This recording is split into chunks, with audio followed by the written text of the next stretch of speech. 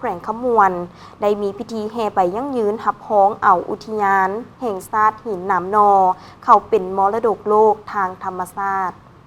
พิธีจัดขึ้นในวันที่22 พฤศจิกายน 2025 ผ่านมาที่สวนอนุสาวรีย์ประตูไซนครหลวงเวียงจันทน์โดยการให้เกียรติเข้าร่วมของท่านวันไสพงษ์สวรรค์เจ้าแขวงขมวนท่านจันทเนศบัวละพารองรัฐมนตรีกระทรวงเกษตรกรรมและสิ่งแวดล้อมมีบรรดาการนำจากขั้นศูนย์กลางการนำจากแขวงขมวนต่างหน้าจากองค์การจัดตั้งสากลพร้อมด้วยภาคส่วนที่เกี่ยวข้องและมวลชนนักศิลปะเข้าร่วมอย่างเป็นขบวนฟุดฟื้นท่านวันไสพงษ์สวรรค์ได้กล่าวว่าอุทยานแห่งชาติหินน้ำนอได้ถูกรับรองเป็นมรดกโลกทางธรรมชาติแห่งธรรมอิฐของสาธารณรัฐประชาธิปไตยประชาชนลาวอย่างเป็นทางการในกองประชุมคณะกรรมการมรดกโลกครั้งที่ 47 ที่นครหลวงปารีสประเทศฝรั่งที่ได้รับการรับรองเอาอุทยานแห่งชาติหินน้ำนอ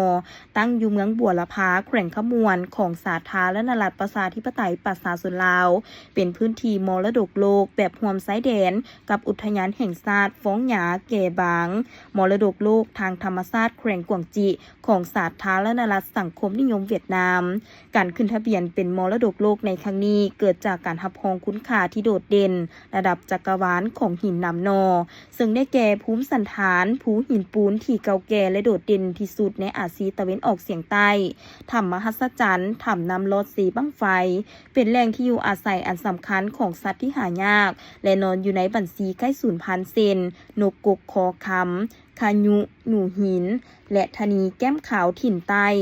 สำหรับพิธีแห่ใบยั่งยืนหับฮ้องเอาอุทยานแห่งชาติหินน้ำนอเข้าเป็นมรดกโลกทางธรรมชาติในครั้งนี้แม้นเริ่มจากสนามบินสากลวัดไตหาสวนอนุสาวรีย์ประตูไซนครหลวงเวียงจันทน์